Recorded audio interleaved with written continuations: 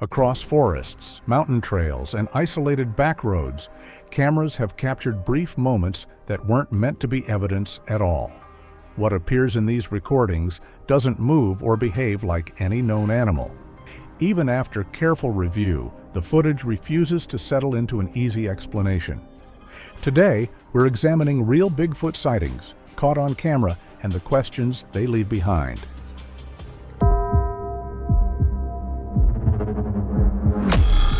On June 4, 2024, a girl recorded Bigfoot having a horrifying conversation with her for multiple minutes. What was a normal day for her turned into concrete evidence that he can communicate with human beings. Never before was a fragment of the Sasquatch speaking this long, and what he told her changed what we know about Bigfoot forever. Documentary maker Maya Thornton had been recording for less than an hour when her equipment started registering sounds that didn't match any animal in her extensive audio database.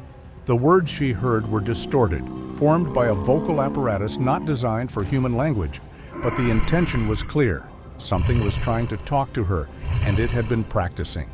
The first word was barely recognizable, a drawn-out sound that might have been you or who, followed by a long pause, as if the speaker was waiting for confirmation that Maya had understood. She remained motionless, her hand hovering over the record button that was already capturing everything, her mind racing through protocols she'd developed for this exact scenario, even though part of her had never truly believed it would happen.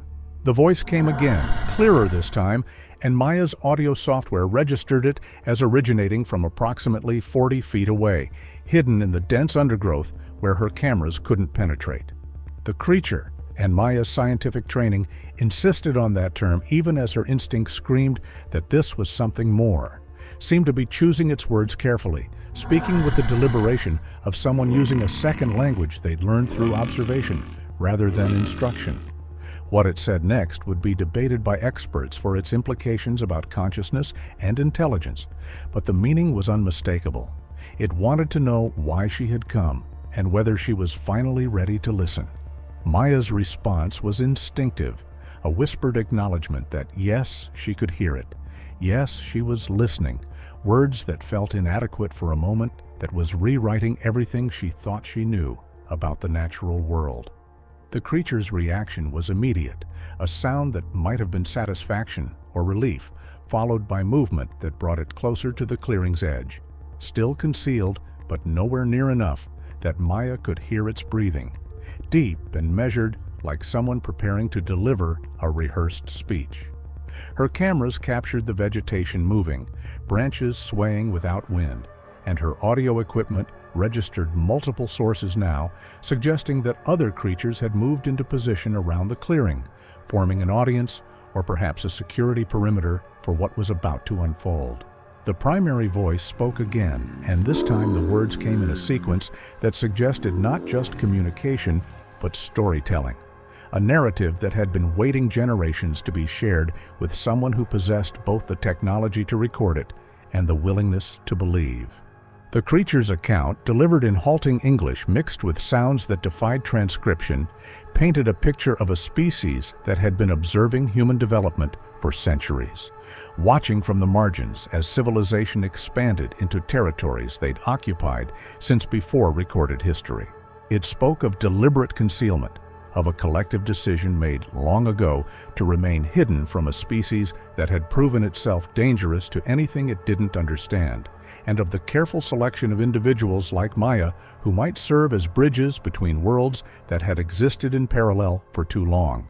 The voice described a society with its own language, its own history, its own understanding of the forest that predated human presence in North America. And it spoke with a sadness that transcended species about the shrinking territories and the growing difficulty of maintaining separation from a human population that was pushing into every remaining wild space. Most disturbing was its explanation for why it had chosen to break centuries of silence now.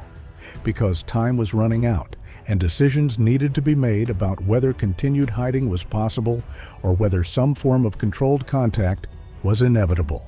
Maya's questions, whispered into her recording equipment, were met with responses that demonstrated the creature's sophisticated understanding of human society and technology. It knew about cameras, about the internet, about the way information spread through human networks, and it expressed concern about what would happen if proof of its species' existence became undeniable. The conversation touched on topics that seemed impossible for a forest-dwelling creature to comprehend: government responses, scientific study, the loss of autonomy that would come with discovery. And Maya realized with growing astonishment that she was speaking with an intelligence that had been studying humanity as carefully as humans studied wildlife, learning languages through eavesdropping on hikers and campers, understanding technology through observation of the equipment that researchers brought into the forest. The creature spoke of others like itself who had learned different human languages, who monitored radio communications and even accessed the internet through methods it didn't fully explain, painting a picture of a hidden civilization that was far more aware of the modern world than anyone had imagined possible. The conversation took a darker turn when Maya asked about the reports of aggressive encounters, the stories of hikers being chased or intimidated by massive figures in the forest. The creature's response carried what sounded like regret mixed with justification. It described a species under pressure, defending territories that were being encroached upon, sometimes using fear as a tool to drive humans away from areas that were considered sacred or essential to their survival. It spoke of younger members of its kind who were less patient with the policy of concealment, who wanted to confront the human expansion more directly, and of growing tensions within its society about how to respond to a world that was leaving fewer and fewer places to hide. Most chilling was its admission that some encounters had been tests, deliberate interactions designed to gauge human responses and gather information about how individuals would react to contact, experiments that had been ongoing for decades as its kind tried to predict what would happen if full disclosure became unavoidable. Maya's audio equipment captured nuances in the creature's voice that suggested emotional complexity, frustration, hope, fear, and something that might have been loneliness, the isolation of a species that had chosen invisibility over the risks of recognition. The creature asked Maya questions in return, wanting to know about human intentions, about whether people like her who sought contact came with peaceful purposes, or whether discovery would inevitably lead to exploitation and destruction. Its concerns revealed a sophisticated understanding of human history, referencing the treatment of indigenous peoples and endangered species with a knowledge that suggested extensive observation of human behavior patterns.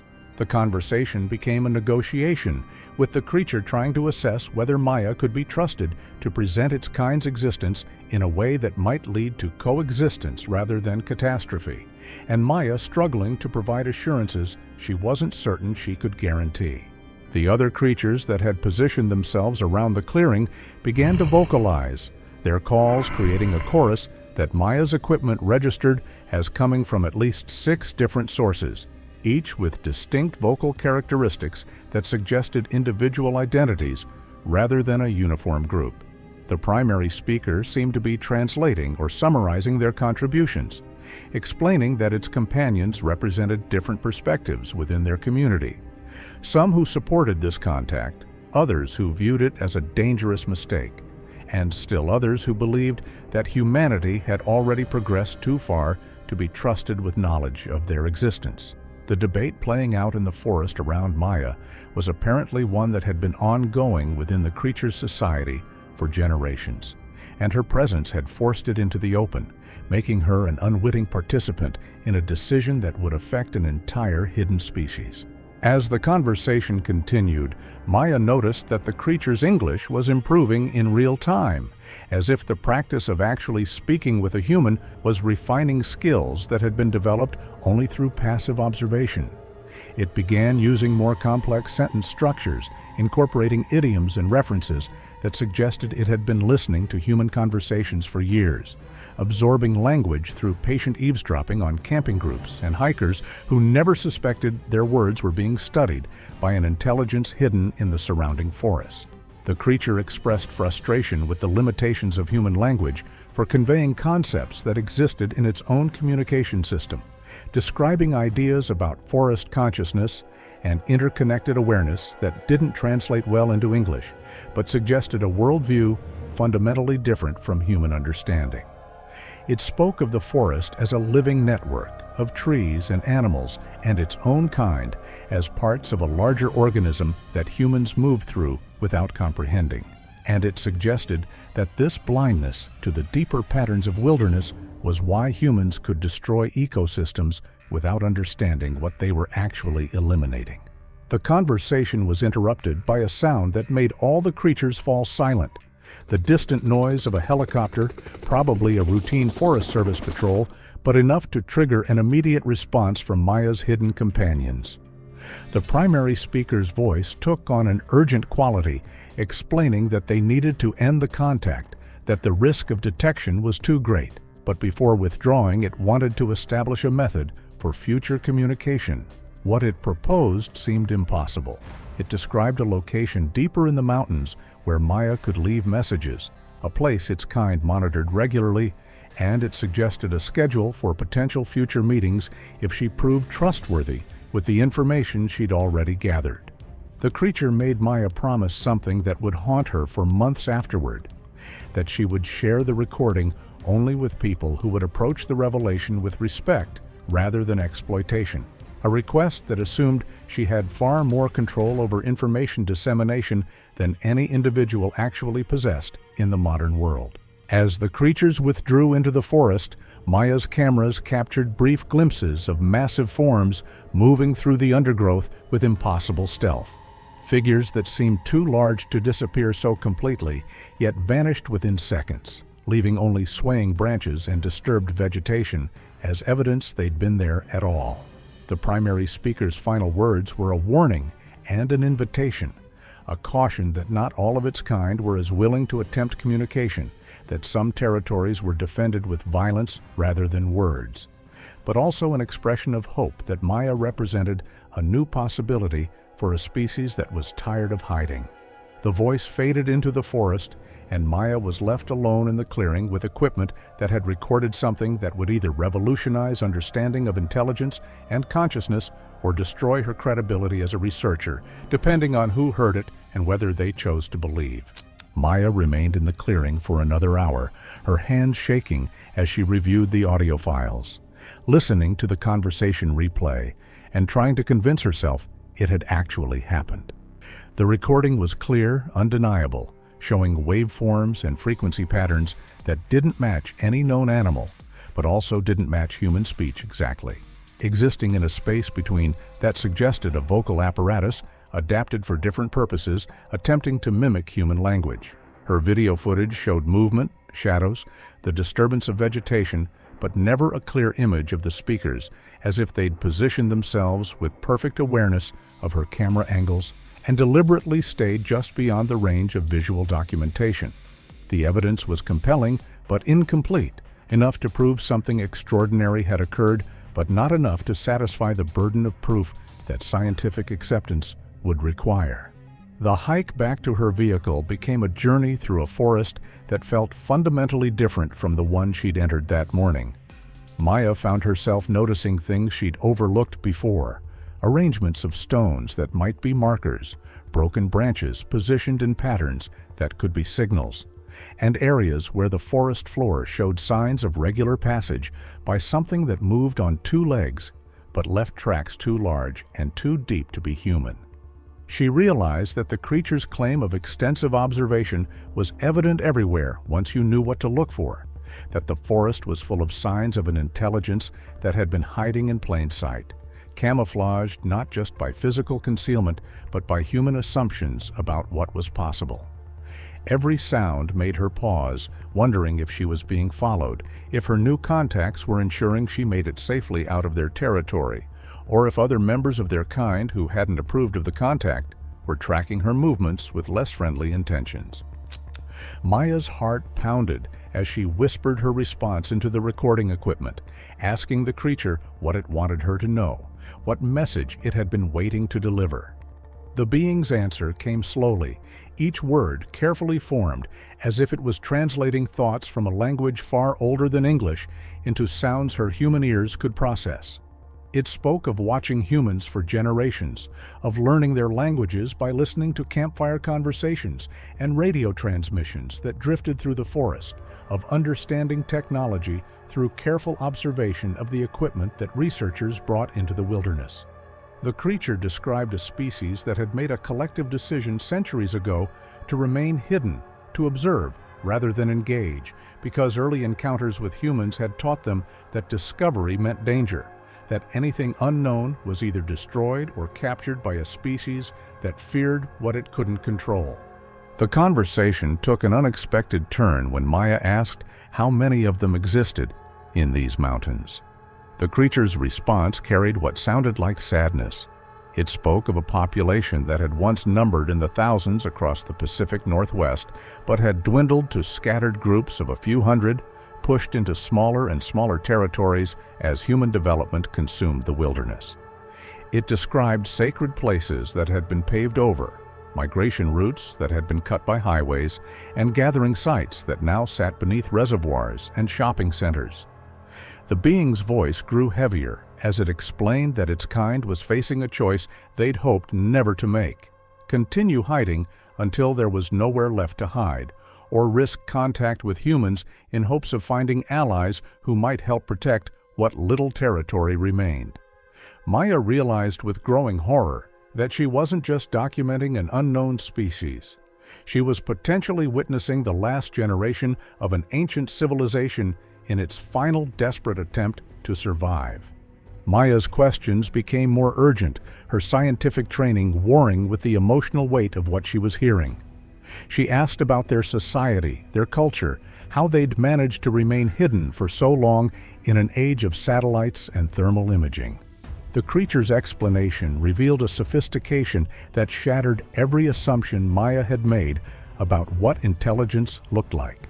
It described a network of families spread across multiple mountain ranges, connected not by technology, but by individuals who traveled between groups carrying messages and maintaining social bonds. It spoke of an oral tradition that preserved thousands of years of history, of knowledge about the forest that went deeper than any human science, of an understanding of the interconnected web of life that humans move through without seeing.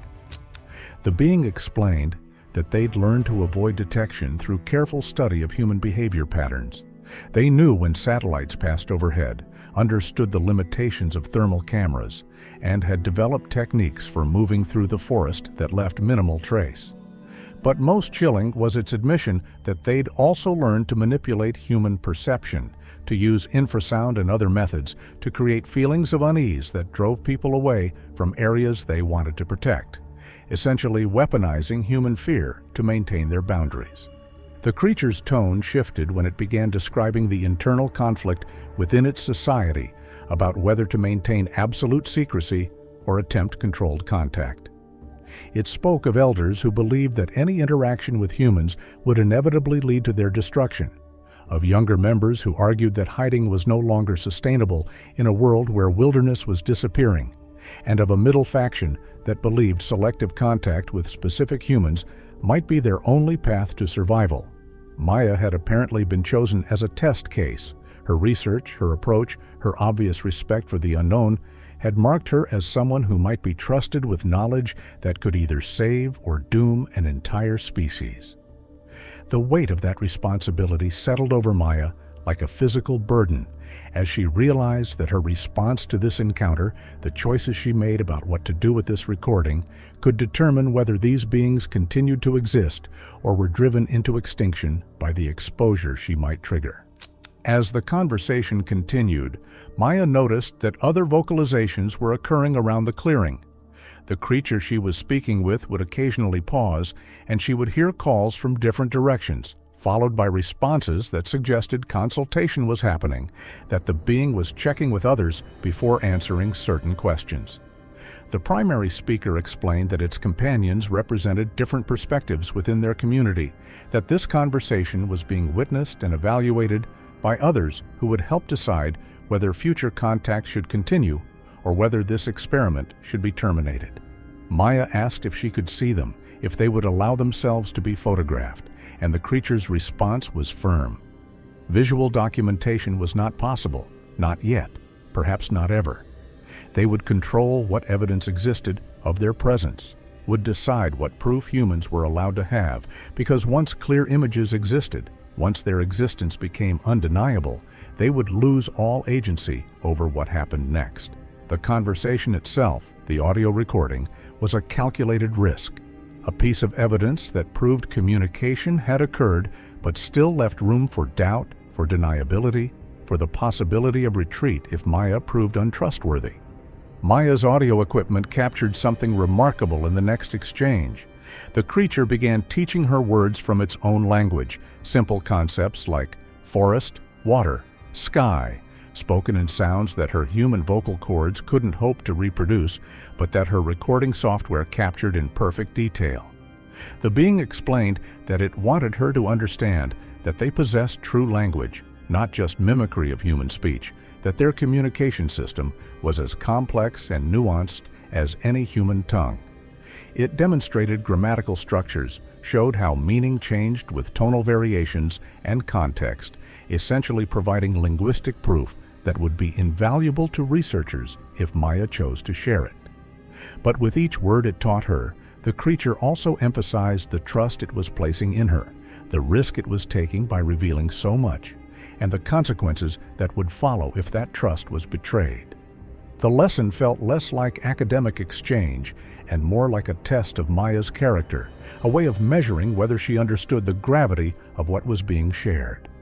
The conversation took its darkest turn when Maya asked about the aggressive encounters that had been reported over the years, the stories of hikers being chased or intimidated. The creature's response carried what sounded like genuine regret.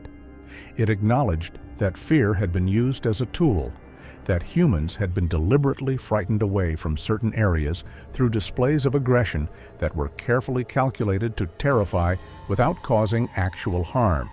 It described these encounters as necessary evils, defensive measures taken to protect territories that were essential to their survival.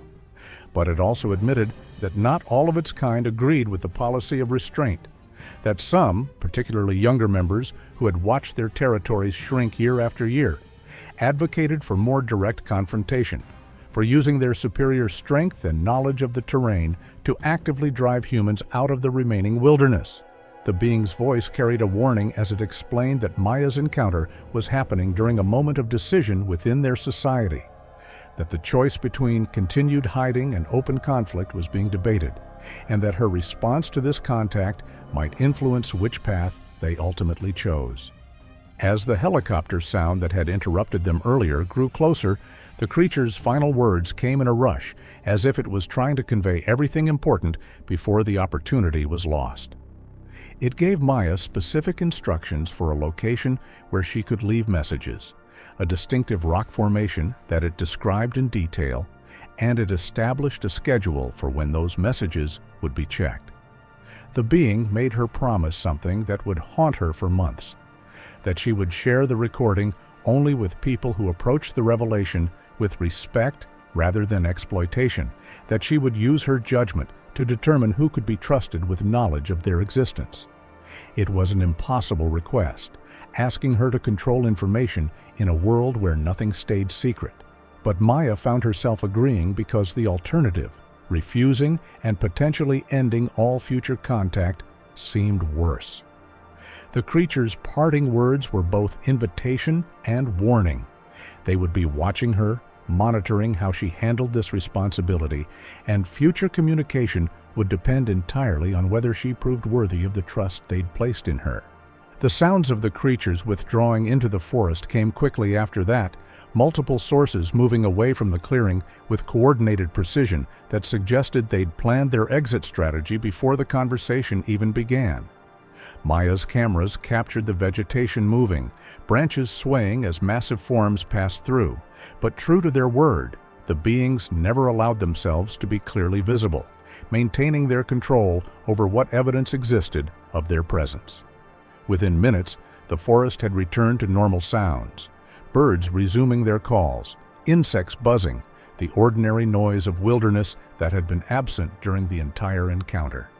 Maya sat alone in the clearing, her recording equipment still running, capturing her shaking breaths and the sound of her own voice whispering in disbelief at what had just occurred. The audio file showed a conversation lasting exactly 4 minutes and 17 seconds. But the implications of those brief minutes would reshape everything Maya thought she knew about intelligence, consciousness, and what it meant to share the world with minds that operated according to rules humanity had never imagined.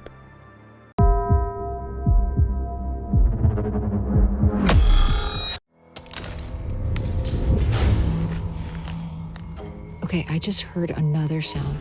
Maria, we're not picking up anything via the seismic sensors, either.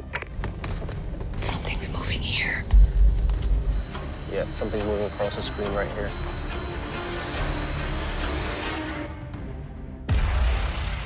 It was March 11, 2024, deep in the wet silence of Washington's Olympic National Forest, where fog settles low and radio signals vanish within minutes of the road. That morning, a motion sensor blinked to life. Hours later, a new video appeared online. What it showed would soon divide everyone who watched it. The clip lasted 18 seconds. At first, it showed only static night vision grain, the faint hiss of wind, and a campfire's reflected glow across a plastic tarp. Then, from beyond the creek, a broad, upright shape crossed the frame.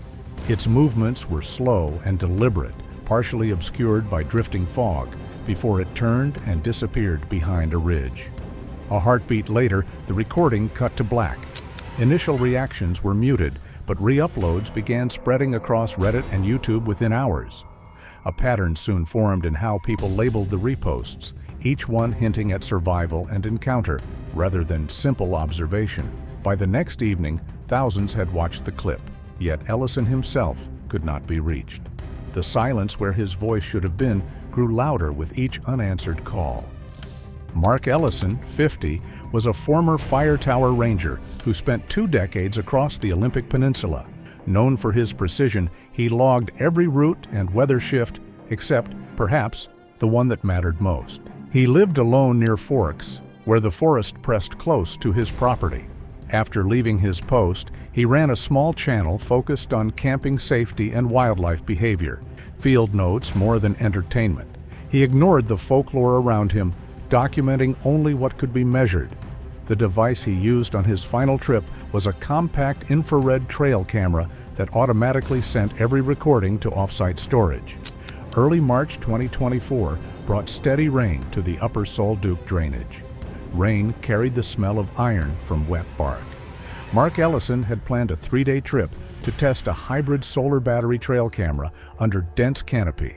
He drove from his home in Forks and parked off Highway 101 near Fairholme before hiking in on foot. His plan was simple: set 2 cameras at separate clearings, then return once the data uploaded. Each note he recorded felt routine, until it didn't. GPS tracker and voice recordings showed a routine trip. He checked in at precise intervals, 3:12 p.m., noting barometric pressure, 5:40 p.m., mentioning drizzle. He reached camp before sunset, near a tributary of the Sol Duc River. On day 2, he moved between camera sites, covering nearly 5 miles before returning to camp by late afternoon. His last coordinates placed him a quarter mile from his tent. At 7:52 that evening, Ellison sent a voice note about rising wind and plans to leave early. The message uploaded, then the connection dropped. No further transmissions came after 8 p.m. At 8:41 p.m., his trail camera detected motion. It recorded 18 seconds of night vision footage before uploading to the cloud, the same clip showing a tall shape near the riverbank. Despite the valley's notoriously weak service, short bursts of connection often occurred along ridgelines, which could explain how the file transmitted successfully. Yet the file was perfect, too perfect. The successful upload confirmed equipment was functioning, yet nothing followed. The cameras stayed silent through the night. If the camera was alive, something else in the valley was too. When Ellison failed to return, his sister reported him overdue on March 14th.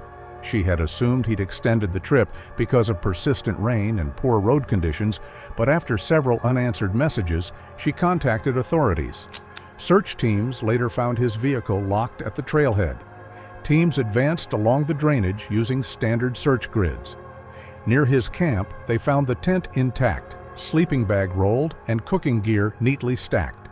His backpack rested under the tarp with 1 day's rations left. The radio was powered off, its batteries removed. Only his phone was missing. The charger remained coiled beside a full battery pack, suggesting he'd taken it with him before vanishing into the forest. A recovered set of boot impressions led away from camp for roughly 40 yards before blending into a patch of wet moss where tracking became unreliable. The path ran parallel to the stream in the same direction as the camera's recorded footage. Was he following something or being led? Searchers found no signs of struggle, no animal traces, and no evidence of sudden runoff or slope collapse. Technicians found Ellison's GPS trail ended abruptly at 8:02 p.m., less than 40 minutes before his camera recorded motion. Investigators blamed either drained batteries or a signal drop in rough terrain. His smartwatch kept transmitting 40 minutes longer, logging movement after the tracker went dark. 2 devices, 2 endpoints, no clear link. The footage drew attention only after his family shared his details online, connecting his name to the viral clip. Search teams expanded their radius but found nothing new. Rain erased traces. Only his gear and a field notebook remained. The last entry dated March 3rd, stopping mid-sentence, pen lifted mid-stroke. Frame-by-frame playback revealed more detail. The object's outline extended nearly 7 feet above ground level when scaled against visible branches. The infrared exposure, usually harsh on warm objects, registered the figure several degrees cooler than its surroundings. That single anomaly became the focus of countless breakdowns. Under normal conditions, a living subject moving through cold air would appear warmer on infrared. The inverse pattern suggested heavy insulation, either natural or layered, capable of masking body heat. But what kind of insulation makes something colder than the forest itself? Colorized conversions circulated across multiple forums, each exaggerating contrast in different ways. One enhanced frame showed a faint reflection on the lower left, 2 consecutive frames in which a smaller irregular shape appeared. Some called it a sensor echo or a lens reflection from fog droplets, while others saw the hint of another crouched figure. No one could agree on the scale, and no one could explain why it moved when nothing else did. Professionals with backgrounds in drone and wildlife imaging weighed in. A group of remote sensing students from Oregon State University attempted to reconstruct the camera's parameters based on the embedded EXIF metadata. Coordinates placed the scene on the south side of the Salt Duke River, roughly 2 miles from the nearest service road. Temperature metadata suggested ambient conditions near 43 degrees Fahrenheit, consistent with Ellison's earlier logs. The camera angle matched one of the test positions Ellison had described to fellow hobbyists weeks earlier. In a comment preserved through cached archives, he mentioned a spot overlooking a narrow stream bend with enough open ground to track deer movement. That detail aligned with the topography visible in the clip, a sloping bank descending into a shallow channel bordered by alder and cedar. He'd mapped it himself. He'd walked that ground before. So why did it look different through the lens? What puzzled analysts was the clean upload timestamp. The file's creation and transfer times showed no signs of delay or corruption. If the device had malfunctioned or been damaged, the upload would have stalled or produced a partial file. Instead, the connection remained steady for the full duration, meaning the camera completed its data queue without interruption. Perfect transmission from a valley known for dead zones. Technicians studying the pixel patterns noticed a faint flicker in the upper right quadrant between frames 241 and 245, less than a quarter of a second in real time. When brightness levels were equalized, a diffused light signature appeared, consistent with a brief reflection from a wet surface or metallic object. It moved counter to the camera's natural light gradient, suggesting an independent source of reflection rather than random interference. Something had caught light where no light should have been. Theories diverged. One camp claimed it was a visual echo from the moving figure. Another insisted it was the partial outline of a second body entering the periphery. A third argued for atmospheric distortion common in humid forest air when illuminated by infrared. No theory could fully explain why the reflected area appeared cooler than both background and subject, reversing expected thermal hierarchy. Independent field photographers recreated similar setups using identical hardware. Most achieved plausible silhouettes using heavy clothing or insulated suits, yet none could replicate the precise temperature inversion shown in the file. The simulated subjects always registered warmer than the forest floor, even when soaked or coated with mud. To match the readings, an object would need either a heat-reflective surface or extremely low core temperature inconsistent with a living human, or it would need to have been there so long it had become part of the cold itself.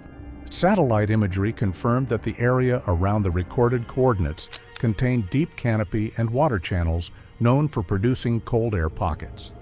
In such zones, temperature gradients could shift abruptly over short distances.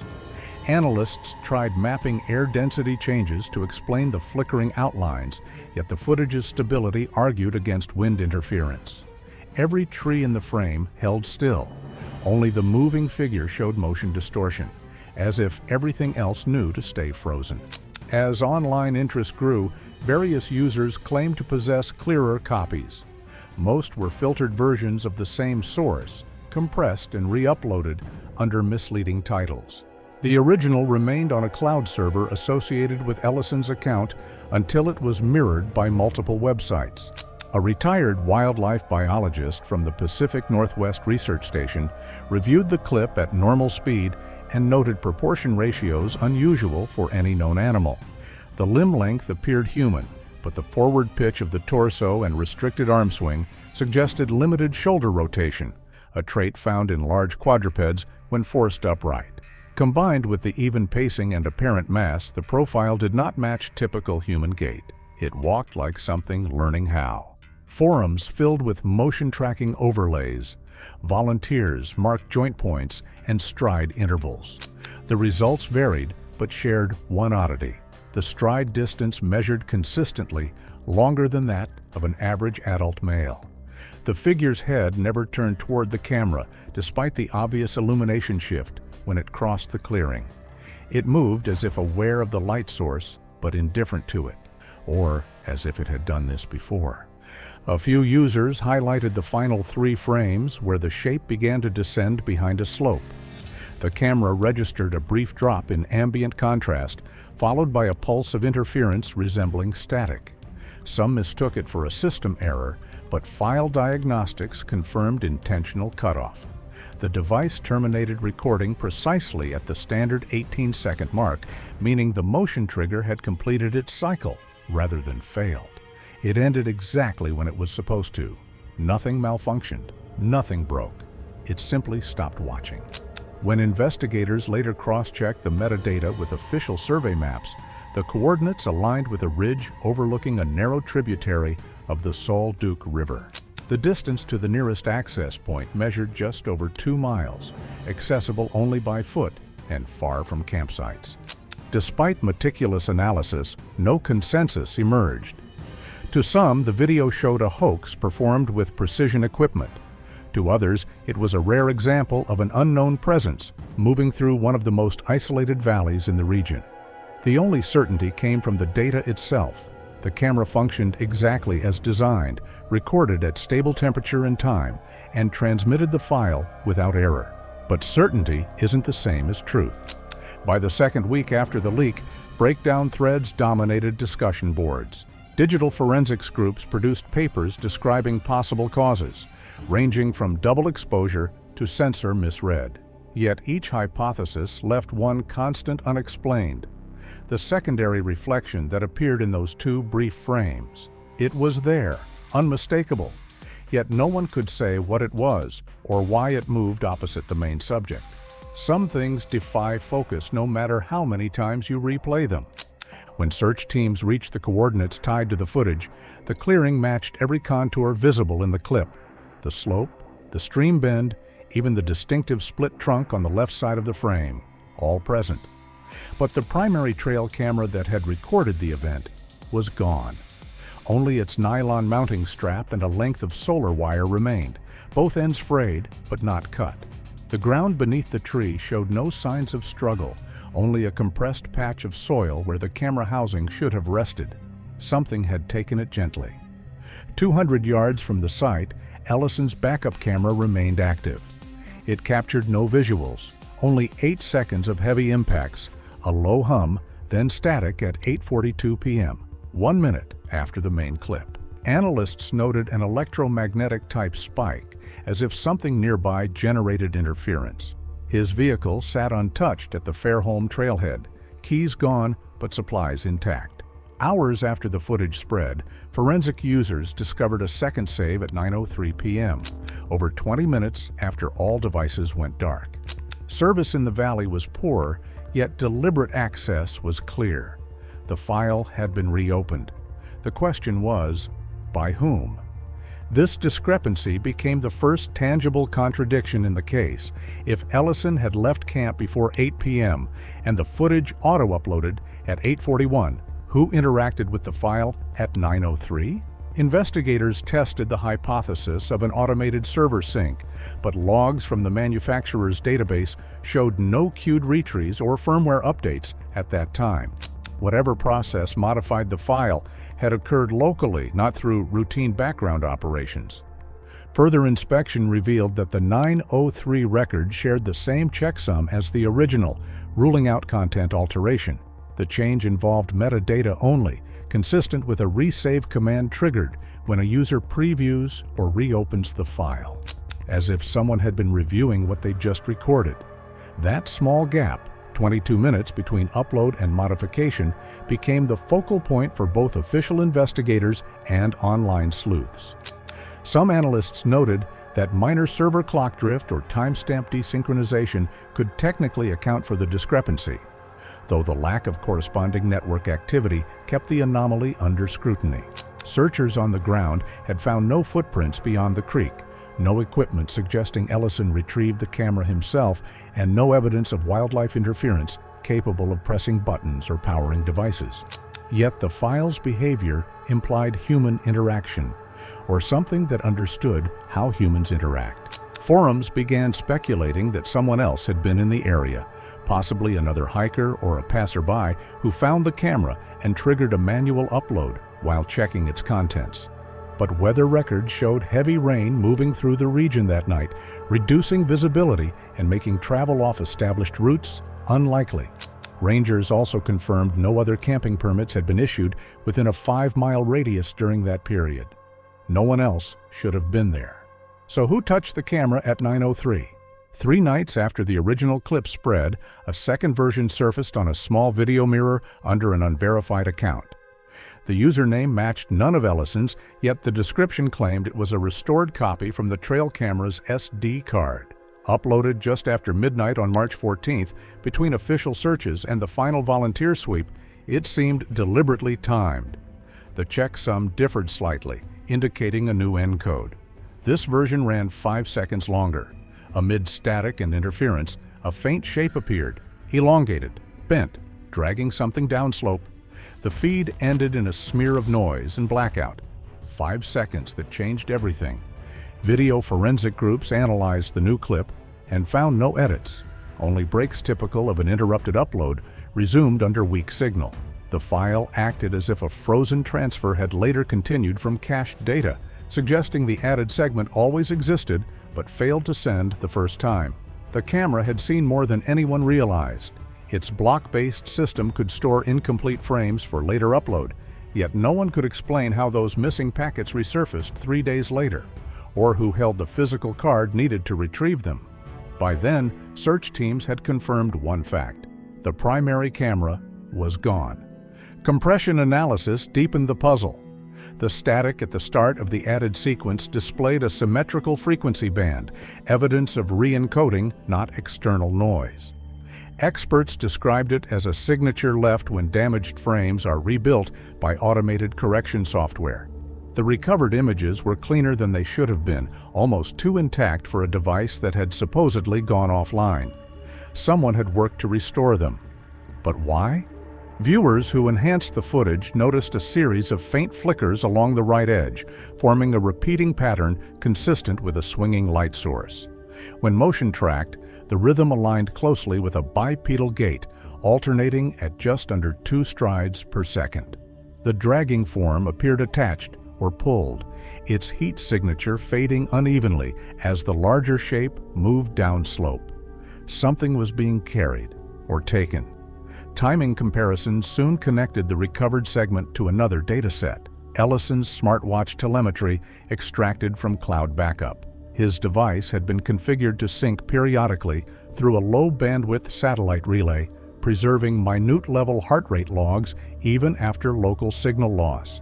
The data showed a sudden elevation at 8:44 p.m., climbing rapidly for less than 2 minutes before flatlining at 8:46. The moment of peak signal loss overlapped exactly with the extended portion of the new video. His heart had stopped at the exact moment the extra footage ended. To investigators, the correlation was circumstantial, but for online researchers, it became a turning point. The idea that the extra footage aligned with Ellison's last recorded heartbeat implied both events were captured within the same minute. The footage didn't just show what happened, it showed when he stopped running.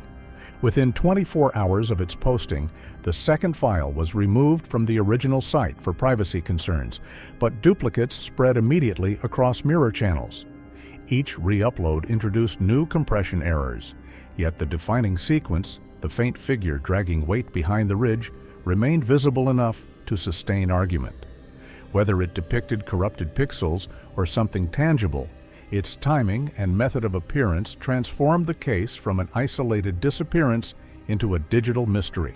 The recovery team moved through the Sol Duke drainage with handheld thermal scanners, mapping every contour of the floodplain.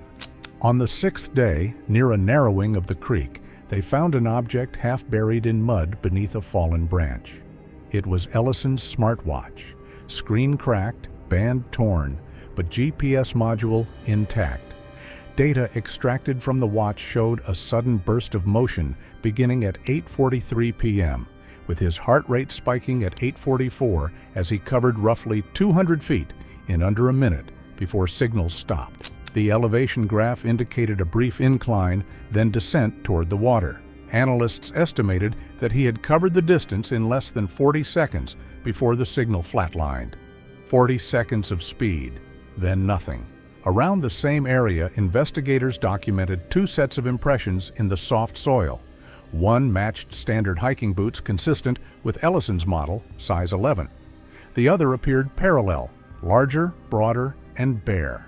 The second track measured nearly 14 inches from heel to toe, but the shape was uneven, with pressure points unlike a human arch. The prints extended for 3 paces before fading where the mud thinned near gravel. Wildlife biologists from the Department of Fish and Wildlife later examined plaster casts and noted that a bear could produce similar depth under rearing posture. But the stride length, over 5 feet, did not match known locomotion patterns. Biologists noted that while bears can rear briefly, sustained pacing at that stride length was improbable. The impressions showed neither a full quadrupedal gait nor a consistent upright stance, but something intermediate, something that walked beside him, matching him step for step. Despite growing speculation, law enforcement issued no public statements. Search logs made no mention of recovering the missing SD card. Officially, the investigation categorized all unrecovered equipment as having undetermined disposition. By mid-March, the internet divided into factions. One group advanced what they called the human theory, the belief that Ellison's disappearance resulted from a staged scare gone wrong. They argued that another camper or filmmaker had planned a viral prank, misjudged conditions, and triggered a real emergency. But if it was staged, why did the footprints continue past the frame? Opposing them were proponents of the biological theory who treated the event as an authentic encounter with an unidentified species. They cited the temperature inversions in the original file and the stride spacing at the creek as evidence of a large biped adapted for stealth in cold environments. And no one could say who moved the file at 9:03. A third camp, labeled by moderators as the staged upload theory, took a different approach. They suggested that Ellison himself had captured legitimate wildlife footage, but someone else later manipulated or recontextualized it. The 9:03 p.m. modification, they claimed, marked an external actor accessing his account after the fact. These competing narratives generated a wave of open-source data projects. One group of independent analysts pulled IP logs from Mirror archives and discovered an address embedded in the header of the second upload. The IP traced not to Washington, but to a satellite modem registered in Idaho. When cross-referenced with commercial leasing databases, the modem's serial number appeared in a rental invoice issued to a forestry contractor operating in Olympic National Forest earlier that year. The company had returned the unit in January, weeks before Ellison's trip, a recycled connection from equipment that shouldn't have been active. But it was. That discovery reignited claims that someone with professional field access had handled the footage after his disappearance. Digital forensics experts reviewing the trail camera's communication protocol agreed that a remote connection could have initiated upload from any device paired to its cloud credentials. It was plausible, though improbable, that a technician testing residual logins from a recycled modem could have triggered a resync without knowing its content. Or someone knew exactly what they were looking for. While online debates deepened, a new development surfaced in late March. A regional newspaper received an anonymous message from someone claiming to possess unlisted footage from the same night. The sender described being a drone hobbyist testing night sensors several miles south of the Sol Duke drainage. Attached metadata placed the flight path within overlapping airspace at 8:44 p.m., 2 minutes before Ellison's smartwatch signal ended. When the outlet viewed the clip, it showed a faint thermal flare above the canopy, followed by a sudden cold patch moving diagonally through the frame. At 8:44, a new light cut across the canopy. Not bright, cold. There were no visible lights or reflective markers, no indication of human presence. Analysts who later examined screenshots described the object as elongated and vertical, emitting less heat than its surroundings, as if covered in moisture or dense material. A shape moved against the gradient, vertical, silent. The drone's coordinates intersected within roughly 150 feet of Ellison's final smartwatch GPS ping, accounting for expected GPS drift under dense canopy. Within a day of publication, the file vanished. The hosting site replaced the link with a message stating it had been removed for privacy violation. Attempts to verify ownership failed. The account used to upload the footage was deleted, and the original drone operator never came forward. The newspaper printed a brief correction stating that they could not confirm the clip's authenticity. Still, enough viewers had archived it to maintain discussion. The alignment of timestamps, trail camera at 8:41, drone at 8:44, smartwatch at 8:46, formed a triangular chronology that no one could dismiss. 3 devices, 3 timestamps, and nothing after. By early April, official search efforts concluded. Reports described weather degradation, reduced visibility, and low likelihood of recovery. Official reports later summarized 3 confirmed data points, each drawn from separate devices. The trail camera upload at 8:41 p.m., the smartwatch cessation at 8:46 p.m., and the drone telemetry anomaly logged at 8:44 p.m. Beyond those times, every trace ended. There were no confirmed sightings, no physical remains, and no identified suspects. Just silence where a man used to be. When spring arrived, the online focus shifted from search coordination to retrospective analysis. A few persistent archivists built composite maps linking every timestamp and coordinate into an interactive model. The overlap revealed a convergence zone less than 2 acres wide, dense forest floor bordered by drainage slopes, where line of sight dropped abruptly. It was the same valley Ellison had documented years earlier while mapping fire breaks. He'd walked that ground 100 times. But had something else been walking it longer? In June, another anomaly drew attention. Users tracking residual logins to Ellison's accounts noted new activity. Someone had accessed his long-abandoned video page from a masked IP routed through Oregon. The login session lasted less than 10 minutes, but resulted in deletion of all previous uploads except one titled Night Vision Test Number 2. Its upload timestamp predated the disappearance by exactly 2 minutes. Why leave only that one? The surviving clip, less than 10 seconds long, depicted a simple setup, Ellison adjusting the trail camera while testing focus. In the final frame, his reflection appeared faintly on the lens housing. Behind him, deeper in the trees, a dim outline curved across the periphery, slightly delayed in movement as though the reflection and the object behind it were out of sync. The detail went unnoticed for months until frame-stabilized copies circulated through forums. When slowed, the offset became clearer. Ellison's arm lowered first, but the faint silhouette of the same motion lingered a half-beat longer before fading, as if something had been learning how to mirror him and hadn't quite perfected the timing. Investigators declined to comment on the reactivation of his account. The provider confirmed only that the deletion and upload records were genuine and originated from correct credentials. Forensic analysts couldn't determine whether the login came from recovered hardware or a reused credential on another machine, leaving the source of access unresolved. Someone still had his passwords. Someone was still watching his work. By July, the case was formally suspended. The forest had taken everything back. Only the footage remained, clear, silent, watching. The 3 remaining points, the camera, drone, and watch, formed the last measurable chain in a story without closure. Local news moved on, and Moss reclaimed the search site. Online, only fragments survived, mirrored clips, conflicting diagrams, fading threads of speculation. The last trace of Mark Ellison came from a device built to record what passed before it, not what lingered behind. Everything after that was interpretation, pixels, reflections, and data gaps where a person should have been. Maybe something else had been watching him.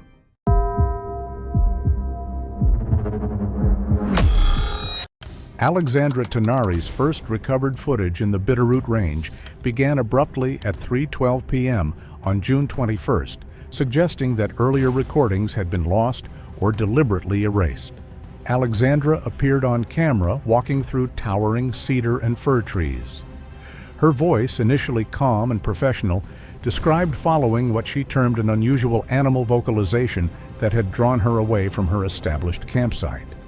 Alexandra had been hearing the eerie sound for about an hour as she navigated through undergrowth thick enough to require constant attention to her footing. The noise was unlike anything in her field guides. It was too structured for a typical animal call, and clearly not human. What kind of creature could produce something so deliberate, yet remain unseen? The forest around her showed signs of unusual disturbance. Branches had been broken at heights, suggesting something much taller than a human had passed through moss on tree trunks, bore scrape marks in patterns that did not match any known wildlife behavior. Most significantly, she mentions in the footage that a trail camera that Alexandra had positioned earlier that morning was missing entirely. The tree where she had secured the camera told its own story. In the footage, 3 deep vertical scratches scored the bark, each approximately 6 inches long and penetrating nearly an inch into the wood. The spacing between the marks suggested they had been made simultaneously by something with claws or fingers capable of gripping the entire circumference of the trunk. Alexandra's camera work remained steady as she documented these findings. She approached the damaged tree cautiously, using a measuring tape to record the dimensions of the scratches. The precision of her documentation suggested someone accustomed to scientific methodology, making her subsequent observations all the more credible. Could her calm professionalism withstand what was coming next? As she worked, a sound echoed across the valley, a sharp, resonant knock that seemed to come from the opposite ridge. Alexandra froze, her camera automatically focusing on the distant tree line.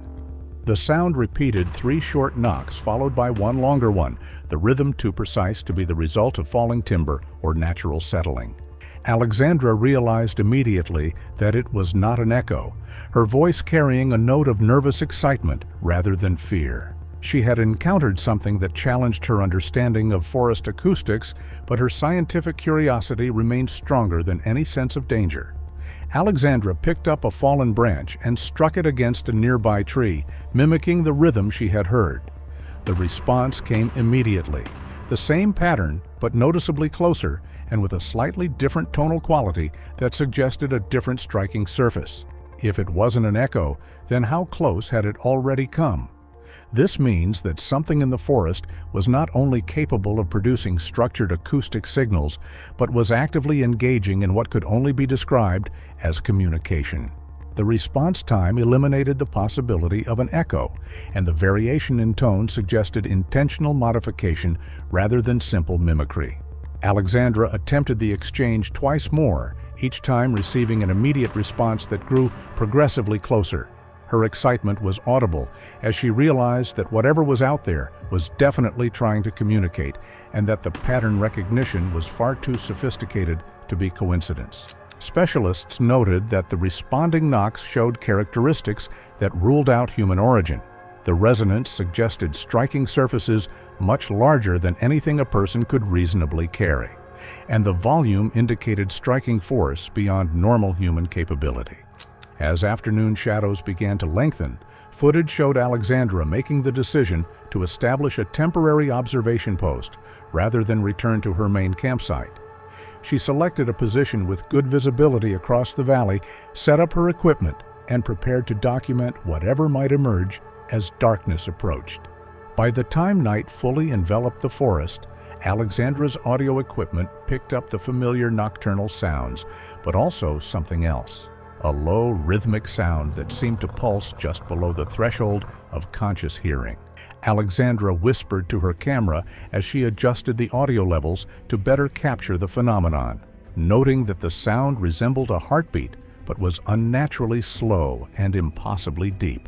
The sound was indeed rhythmic, occurring approximately every 3 seconds with a resonance that seemed to come from the earth itself. Audio analysis would later reveal frequencies in the subsonic range, below normal human hearing but capable of being felt as vibrations through the ground and in the chest cavity. Alexandra's campfire provided a small circle of light in the overwhelming darkness, but beyond its reach, the forest had become an alien landscape. Her thermal imaging equipment, designed for wildlife photography, began picking up heat signatures that defied easy explanation. Large, warm masses moved through the trees at distances that made identification impossible, but their size and movement patterns ruled out known wildlife. How many of them were out there watching her? At 11:47 p.m., according to the camera's timestamp, something changed. The normal forest sound ceased abruptly, as if every creature within miles had simultaneously decided to fall silent. The absence of sound was so complete that Alexandra's own breathing seemed unnaturally loud inside her tent. In the footage, Alexandra's voice grew tight, likely with anxiety, as she realized something was wrong. The forest had gone unnaturally silent, and everything around her had stopped. The silence stretched for nearly 10 minutes, an eternity in a forest that should have been alive with nocturnal activity. Then, gradually, a new sound emerged, the soft whisper of fabric under tension as something brushed against her tent. Alexandra's hand was visibly trembling as she reached for the tent's zipper, her camera focused on the entrance. The brushing sound continued, as if something was examining the structure with careful attention. Was it testing the boundary or testing her reaction? When she finally opened the flap, her light revealed nothing but empty forest, but the ground around her tent told a different story. Footprints surrounded her campsite in a rough circle, each impression clearly visible in the soft earth. The prints were enormous, approximately 16 inches long and proportionally wide, with clear toe marks at the front. The depth of the impressions suggested a creature weighing several hundred pounds, but the stride length indicated bipedal locomotion with a gait far longer than any human could achieve. Alexandra's scientific training overcame her fear as she documented the prints with meticulous care. She used her boot for scale reference, photographed each clear impression from multiple angles, and measured the stride length between consecutive prints. The evidence was undeniable. Something massive and bipedal had circled her campsite while she slept. As she worked, small rocks began landing near her tent. The first few were pebble-sized, barely audible as they struck the ground. But they grew progressively larger, and their placement became more deliberate. Each rock landed closer to her position, as if whatever was throwing them was testing her reaction or trying to provoke a response. The final rock was the size of a softball, landing with enough force to send up a spray of dirt just feet from where Alexandra knelt. The message was unmistakable. She was being warned, tested, or perhaps invited to respond. But respond to what, and by whom, or what? The last sound captured before Alexandra cut the recording was a deep, resonant exhalation that seemed to come from lungs far larger than any human possessed. It wasn't the sharp snort of a startled animal or the huffing of an agitated bear. This was a sigh, deliberate, almost contemplative, carrying an undertone of intelligence that likely froze her in place. In the hours that followed, the recovered footage filled in a grim chronology of disorientation and fear. Alexandra's voice, once analytical and composed, grew increasingly fragmented as she wandered through terrain that seemed subtly altered each time she retraced her steps. Dawn arrived without relief. For 3 hours, her recordings showed her sitting motionless near a stream, trembling, mumbling that the forest was breathing. At 10:17 a.m. on June 22nd, it revealed a dramatically changed Alexandra Tanari, her face drawn, her voice flat, and the analytical clarity that once defined her completely replaced by quiet, hollow dread. Her hands shook slightly as she adjusted the camera, and her voice carried a tremor that hadn't been present in earlier recordings. Most telling was her posture, constantly scanning the tree line, shoulders hunched as if expecting an attack from any direction. Alexandra admitted to the camera that she didn't think she had slept more than 20 minutes at a time. Every time she started to drift off, she heard movement just outside the light, footsteps circling the camp, but always staying just beyond where she could see. Was it still out there, waiting for her to close her eyes again? Her campsite told the story of a sleepless night spent in defensive preparation. The fire had been built up far beyond what was necessary for warmth, with a stockpile of wood that would have taken hours to gather in darkness. Her equipment was arranged in a tight perimeter around her sleeping area, creating multiple barriers between herself and the surrounding forest. But it was the condition of her food cache that provided the most disturbing evidence of overnight visitation. The bear-proof container, designed to withstand the efforts of a 600-pound grizzly, had been opened with a disturbing mix of force and care. The external locking components were battered and torn, yet the chest itself and its latch remained unbroken and largely undisturbed. What kind of creature could open what even a bear couldn't? The contents had been examined rather than consumed. In the footage, the packages shown were opened, and their contents were missing bits of it, suggesting something tasted them. Nothing else was missing, but everything had been handled. Most unsettling was what had been added: a large fish head, still fresh, placed deliberately on top of the cooler. Alexandra said in the footage that this wasn't random animal behavior, her voice filled with obvious distress. The placement of the fish head struck her as deliberate, as if it were a gift, or perhaps a challenge. Alexandra made the decision to abandon her planned research and hike out immediately. She packed with efficient haste, but her movements were constantly interrupted by pauses to listen and scan the forest around her. Something had fundamentally altered her relationship with the wilderness. She was no longer an observer, but prey being stalked by an intelligence she couldn't comprehend. The hike began normally enough, following established game trails through terrain that should have been familiar from her approach route. But within an hour, Alexandra encountered the first sign that her departure wouldn't be straightforward. Her compass, a precision instrument she had relied on for years of backcountry navigation, was behaving erratically. What could twist a magnetic field this far from any man-made interference? Alexandra said that the needle kept spinning, tapping the compass face with growing frustration. It would point north for a few seconds, then swing completely around, behavior she had never seen before.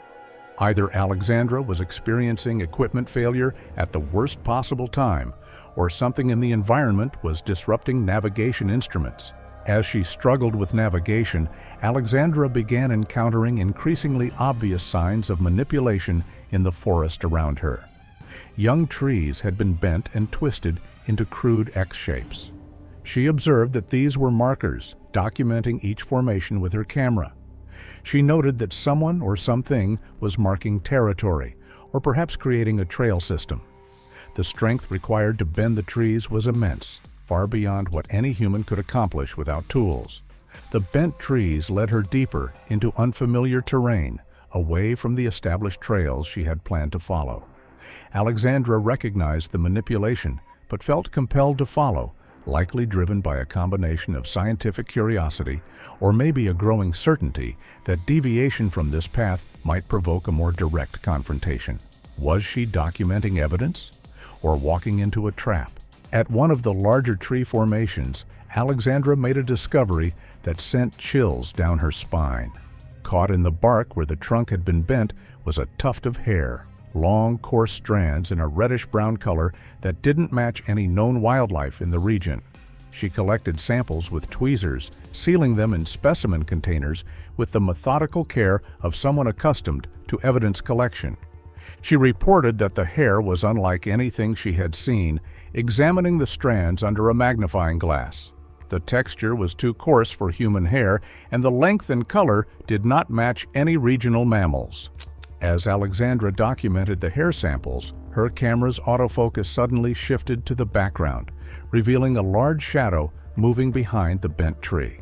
The shape was indistinct, but clearly bipedal, moving with a fluid gait that suggested both power and stealth. When Alexandra tried to look directly at the location, nothing was visible, but the audio track captured a sound that made her blood freeze. A deep, huffing exhalation like a bull preparing to charge. The psychological impact was immediate and devastating. Alexandra stumbled backward, dropping her camera as panic overrode her scientific detachment. The device continued recording the heavy footstep that shook the ground near the microphone. Was it moving toward her, or circling again? When she retrieved the camera, her hands were shaking so violently that the footage became nearly unwatchable. But the audio remained clear, picking up a sound that would haunt investigators for months afterward, a low, grumbling vocalization that seemed to come from multiple directions simultaneously. The sound had structure, rhythm, and variation that suggested language rather than simple animal communication. Alexandra whispered that it was talking, her voice filled with a mixture of terror and wonder. She said that whatever was out there was attempting to communicate, but not with her directly. The sounds were directed at others she could not see. If Alexandra's assessment was correct, she wasn't being stalked by a single creature, but by a group capable of coordinated behavior and complex communication. The isolation she had sought for her research had become a trap, with her as the subject of study rather than the observer. How long had she been surrounded without realizing it? The footage shows Alexandra in a state of near panic, her breathing ragged as she described being lost. She reported that she had passed the same clearing 3 times for hours, her voice tight with frustration and growing fear. Although her GPS indicated she was moving, she kept ending up in the same locations, as if the trails were shifting when she wasn't looking. On a fallen log at the edge of the clearing, Alexandra discovered evidence that her confusion wasn't accidental. She observed that someone had been following her trail, documenting the modified marker with close-up footage. One of her own trail markers, a bright orange ribbon she had tied to mark her route. However, the ribbon was shredded into strips and retied into complex knots. Who had the patience and the intent to do this without being seen? At this point, the psychological pressure was likely becoming unbearable. Alexandra's scientific objectivity crumbled as she realized she was no longer documenting wildlife behavior, but had become part of an elaborate game whose rules she didn't understand. What did they want from her? Fear or something worse? Then from somewhere in the forest, a human voice called her name, Alexandra, with perfect pronunciation and inflection.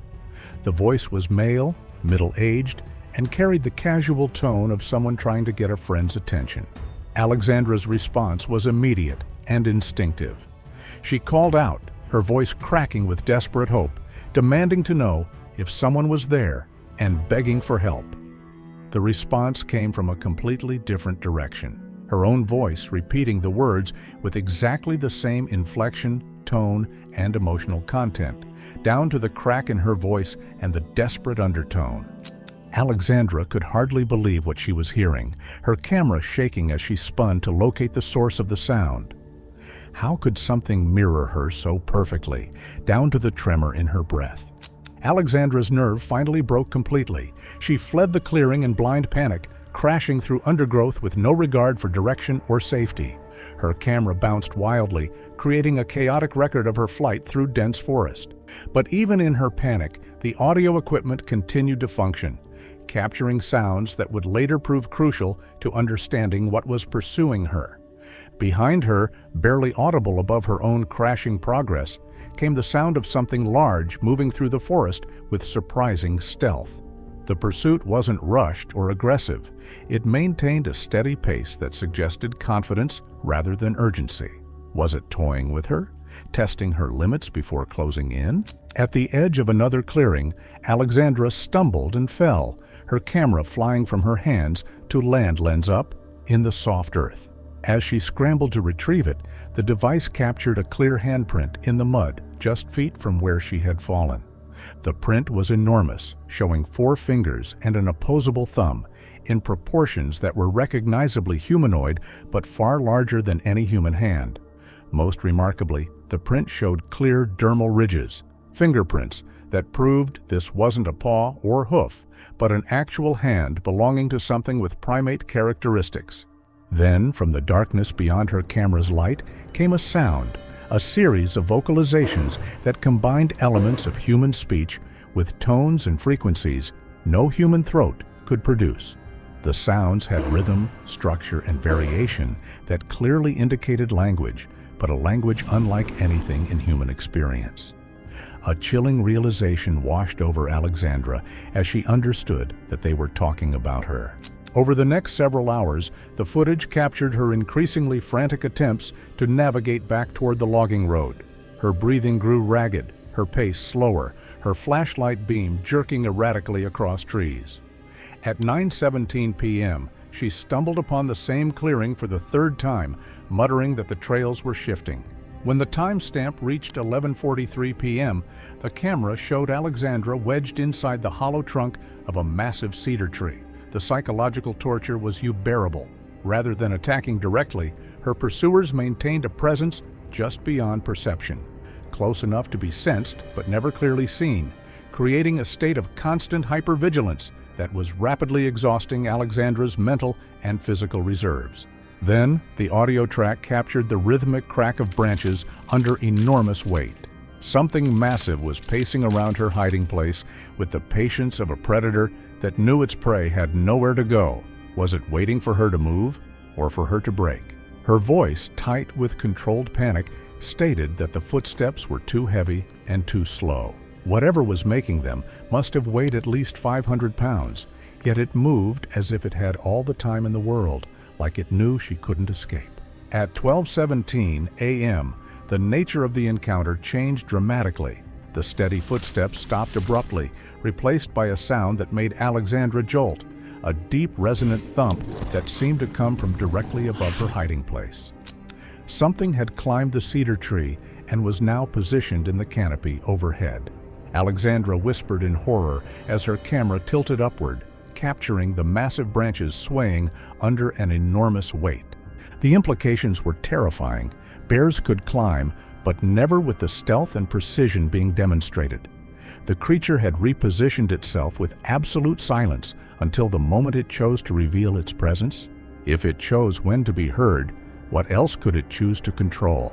The terror continued with a series of soft thumps as objects began falling around Alexandra's hiding place. At first, she thought they were pine cones or small branches dislodged by the creature's movement, but as her camera's light revealed the objects, a more sinister pattern emerged. Rocks were being dropped with deliberate precision, each one landing closer to the hollow trunk where Alexandra cowered. The placement wasn't random. It formed a tightening spiral. Alexandra realized, her voice cracking with the strain of prolonged terror, that this was not normal hunting behavior. She was completely at the mercy of something that could have harmed her at any time, but chose instead to demonstrate its control over the situation. Was this communication or a warning of what was coming next? Then came the sound that shattered Alexandra's remaining composure. A huge thump exploded from the darkness, followed by footsteps with terrifying suddenness. Her camera swung wildly as she screamed, capturing fragmentary images of something massive rushing past the opening of her hiding place. The creature moved with impossible speed for something so large, its passage marked by the crash of breaking branches and a roar that seemed to combine elements of bear, big cat, and something entirely alien. The charge stopped as suddenly as it began, leaving Alexandra sobbing and hyperventilating in her hollow tree. But the audio equipment continued recording, capturing what happened next. From the darkness came a series of vocalizations unlike anything in the scientific literature. The sounds combined deep, guttural tones with rapid-fire clicks and what could only be described as structured syllables. Similar to before, they're talking to each other again. Alexandra's nerve finally broke completely. Despite every survival instinct telling her to remain hidden, the psychological pressure likely became unbearable. She burst from her hiding place and fled into the open forest, her camera bouncing wildly as she crashed through undergrowth in blind panic. The pursuit that followed was captured in chaotic fragments, glimpses of massive shapes moving through the trees. But what made the footage truly terrifying was the realization that her pursuers weren't trying to catch her. They were herding her toward a specific destination. Why would predators herd instead of hunt, unless they wanted her alive? Every time Alexandra tried to change direction, sounds would emerge from the forest to guide her back onto a predetermined path. Branches would crash to her left, forcing her right vocalizations would echo from behind, driving her forward. She was being manipulated with the skill of experienced hunters who understood both the terrain and their prey's psychology. The herding continued for over an hour, leading Alexandra deeper into terrain she didn't recognize. Her camera captured glimpses of increasingly alien landscape, rock formations that seemed almost architectural, trees arranged in patterns too regular to be natural, and clearings that showed signs of long-term habitation by something with intelligence and purpose. At 2:33 a.m., Alexandra stumbled into a ravine. Her camera's light revealed a horrific scene. The ravine floor was littered with bones, not the random scatter of natural predation, but organized collections that suggested systematic hunting and consumption over an extended period. Alexandra whispered a trembling curse as her camera panned slowly across the bone field. The bones represented multiple species: deer, elk, smaller mammals, and scattered among them, fragments that were unmistakably human. A hiking boot, partially buried in the ravine floor, still contained the skeletal remains of a foot. Rib bones showed cut marks that suggested systematic butchering rather than random scavenging. But it was the organization of the bone field that provided the most disturbing evidence of intelligence. The remains were sorted by type and size, arranged in patterns that suggested ritual or ceremony. Rather than simple disposal, skulls were positioned at regular intervals around the perimeter, their empty sockets seeming to watch over the macabre collection. They're keeping trophies. At the center of the bone field, the footage showed something peculiar: a nest constructed from moss, fur, and carefully woven branches. The structure was enormous, easily large enough to accommodate something 8 feet tall, and showed signs of regular use. Fresh bedding materials suggested recent occupation. As Alexandra documented the nest, her camera captured movement in her peripheral vision. Something was watching her from the shadows at the ravine's edge. A massive silhouette that remained perfectly still until she turned to look directly at it. The creature's eyes reflected her camera's light, and for several seconds, predator and prey regarded each other across the bone field. Was it studying her or deciding what to do next? The creature's size was overwhelming even at a distance. Standing fully upright, it towered at least 9 feet tall, with shoulders broad enough to suggest incredible physical power. Then the creature did something that shattered Alexandra's remaining skepticism about its intelligence. It raised one massive arm and pointed deliberately at something behind her. Alexandra spun to find herself surrounded. 3 more creatures had emerged from concealment around the ravine's perimeter, each one massive and clearly coordinating with the others. She was trapped in the center of their killing ground with no possibility of escape. The footage that followed captured the final minutes of Alexandra Tanari's freedom. The creatures approached slowly, their movements careful and controlled, despite their obvious physical superiority. They showed no aggression, no predatory excitement, only the calm efficiency of beings who had done this many times before. Alexandra's camera shook violently as she backed toward the center of the ravine, her breathing rapid and shallow. She pleaded softly, her words trembling with exhaustion and fear, saying that she only wanted to go home. The largest creature, the one that had first pointed, approached within arm's reach and made a series of soft vocalizations, almost gentle sounds that seemed intended to calm rather than threaten. Its massive hand reached out slowly. Alexandra seemingly dropped her camera as she was lifted from the ground with surprising gentleness. The device continued recording from the ravine floor, capturing the sound of her voice growing distant as she was carried away. The camera continued recording for another 6 hours, capturing only the empty bone field and the gradual return of normal forest sounds. When the battery finally died, it marked the end of the most comprehensive documentation of unknown intelligence ever recovered from the North American wilderness.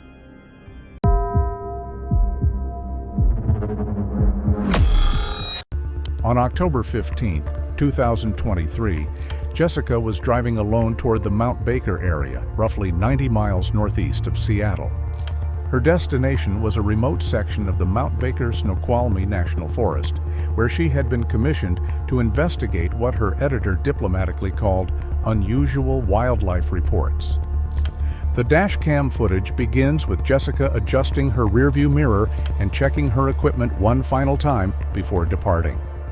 Her voice, clear and professional, addresses the camera she's mounted on her dashboard, a habit she'd developed for documenting her fieldwork. Jessica recorded a brief field log before setting out toward the Baker area. She noted that the weather was clear and visibility would likely remain good for several hours.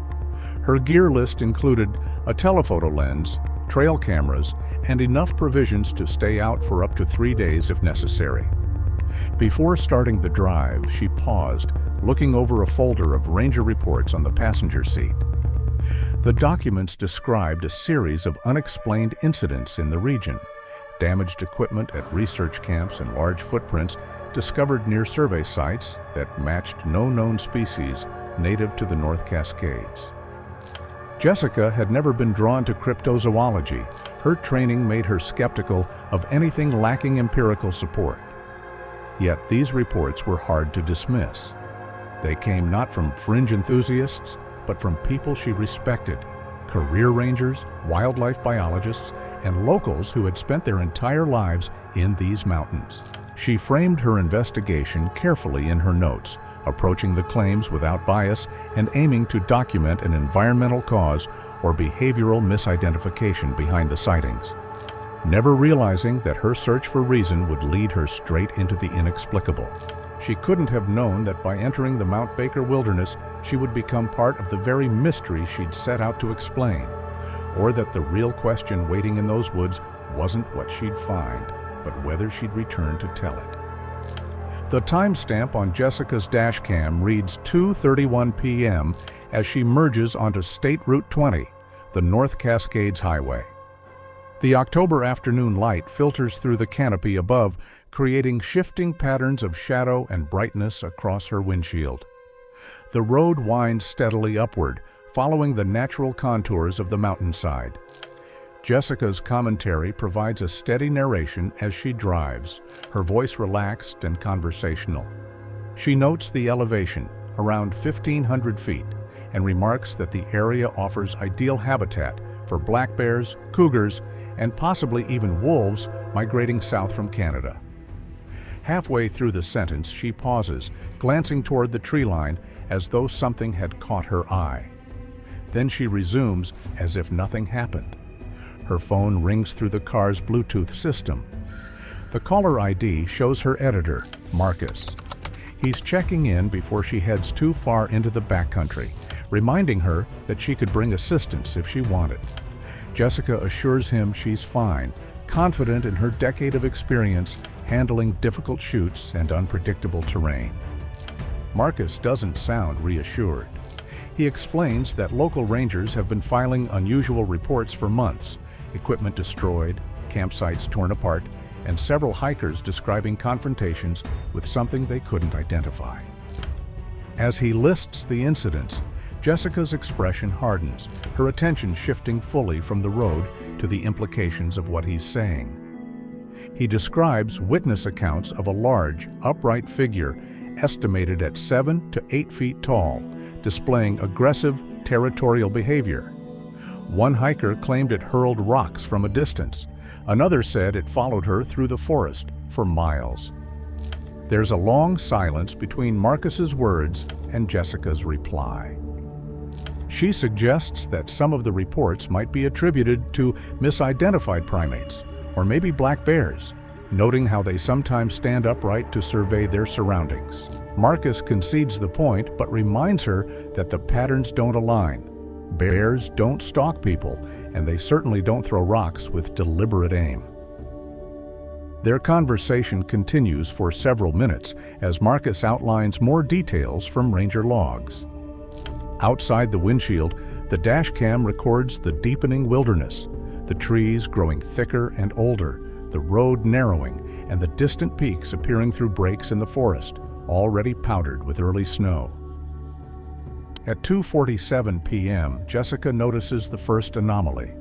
The radio begins to hiss with interference as she drives, filling the cabin with bursts of static broken by faint, low-frequency sounds that almost seem biological, like distant breathing or slow, rhythmic movement filtered through static. Marcus remains on the line, suggesting it's probably atmospheric interference caused by her elevation and distance from major transmitters, though there's an audible hesitation in his tone. Jessica continues adjusting the dial, scanning through frequencies. Most yield only static, but every so often she catches flickers of distant signals. Country music out of Spokane, a Vancouver news broadcast, fragments of Seattle talk radio. Later, aerial search records revealed that pilots who joined the search a week after her disappearance reported hearing that same radio static. She tells Marcus she'll check in again once she reaches the base camp area, estimating about an hour's drive remaining. He advises her to stay alert and to rely on instinct if anything feels wrong. When the call ends, Jessica is left with only the engine's hum and the intermittent crackle of the radio. The interference grows sharper, then fades entirely. She switches off the stereo, preferring the ambient rhythm of the forest, the whine of wind between trees, the muted percussion of gravel beneath her tires. Mile marker 47 sits at a sharp bend in the road where the highway curves around a massive granite outcropping. The dashcam timestamp shows 3:02 p.m.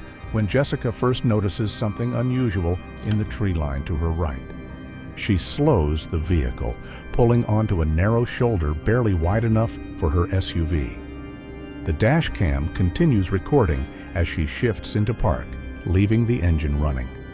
Through the windshield, the forest appears normal. Towering Douglas firs, thick undergrowth, the dappled light of late afternoon filtering through the canopy.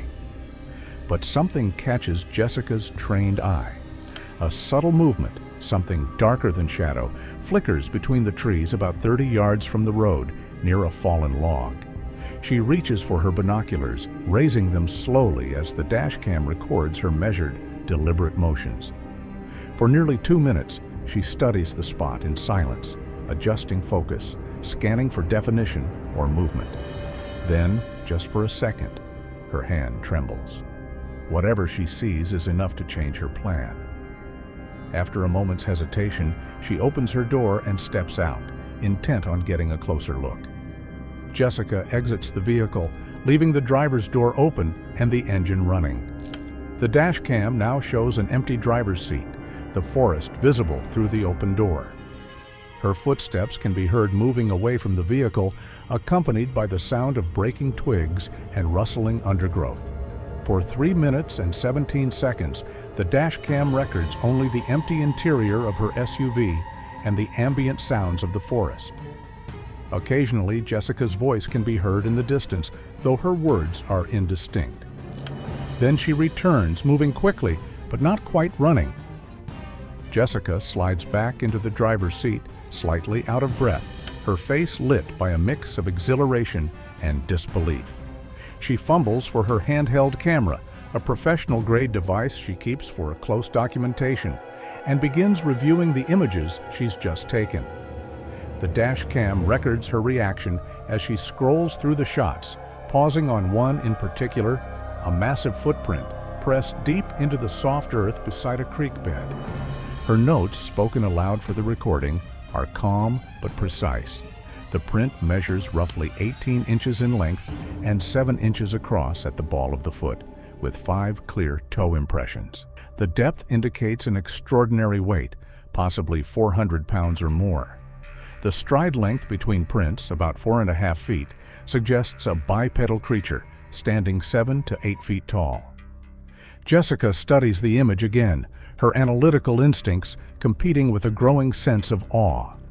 In the reflection of the window beside her, the forest seems to shift, branches moving where no wind should be. This is exactly the type of evidence she came for: quantifiable, photographic, and verifiable. Yet as she steadies her breathing, it's clear she's also likely realizing the weight of what such evidence might mean. Whatever left those prints wasn't human, and it wasn't far ahead. She makes a decision that, in hindsight, might have saved her life, at least temporarily. The dash cam records her calmly stating her plan. She will return to town, find a motel for the night, and come back in the morning better equipped and rested. Her tone is steady but edged with fatigue, the kind of practical resolve born from experience in the field. She organizes her notes, checks her gear one last time, and starts the engine. The dash cam captures her 3-point turn at the junction, the logging road disappearing behind them as she heads back down the mountain. The timestamp reads 4:15 p.m. as Jessica's SUV disappears around a bend in the road, heading back toward civilization. But watching the footage now, one can't help but ask, did something in those woods watch her leave? The dash cam timestamp reads 7:23 a.m., October 16th, 2023, as Jessica's SUV once again approaches the junction with Forest Service Road 3071. Jessica begins her second day of field work with a calm, methodical tone, her voice steady as she narrates to the dash cam. She notes that she has brought 3 trail cameras, motion sensors, audio recording equipment, and enough supplies for 2 days if needed. As she turns left onto the logging road, the smooth asphalt of the main highway gives way to rough gravel and dirt, and the dash cam begins to shake with the rhythm of each pothole. Consulting her GPS, Jessica remarks that the road runs about 12 miles into the national forest, and that most of the documented incidents took place between miles 4 and 8, a stretch the locals call Devil's Backbone Ridge. Her tone stays light, but there's a faint pause before she says the name, like she's only now realizing its weight. Driving deeper into the wilderness, the dashcam captures the gradual transformation of the landscape. The managed forest near the highway gives way to old-growth timber. Massive trees that have stood for centuries, their trunks so wide that 3 people holding hands couldn't encircle them. The undergrowth becomes denser, more primitive. At 7:47 a.m., Jessica's radio begins to experience the same interference she encountered the previous day. This time, however, the static is harsher, louder, more rhythmic, and seemingly intentional in its fluctuation. She remarks that the same issue has returned, but that it's noticeably stronger today. She cycles through multiple stations, searching for a clear signal. All she finds are fragments of distant broadcasts buried beneath the static, snatches of music, and clipped words. The low-frequency pulses rise and fall with an irregular cadence. At mile marker 4, Jessica encounters her first major obstacle. A large tree has fallen across the road, its massive trunk blocking any direct passage. The scene forces her to slow and assess.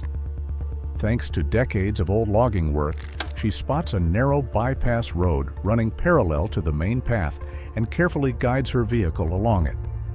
As she does, she comments on the tree's condition.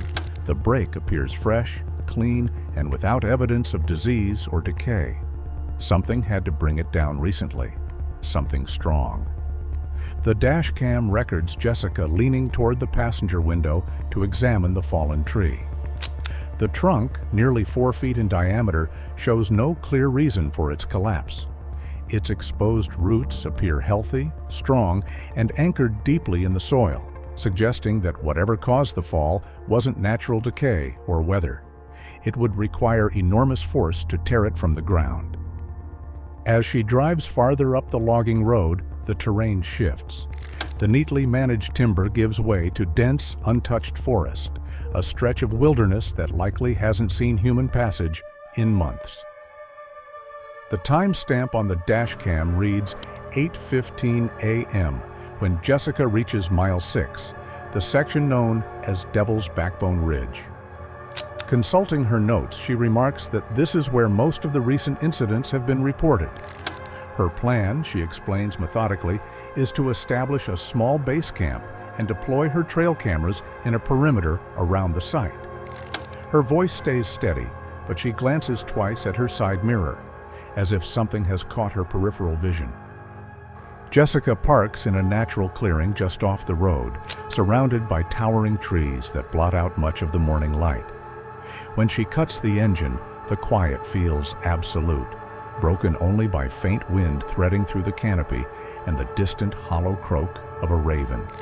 She checks her phone and confirms that there's no signal, no bars, no data, no contact with the outside world.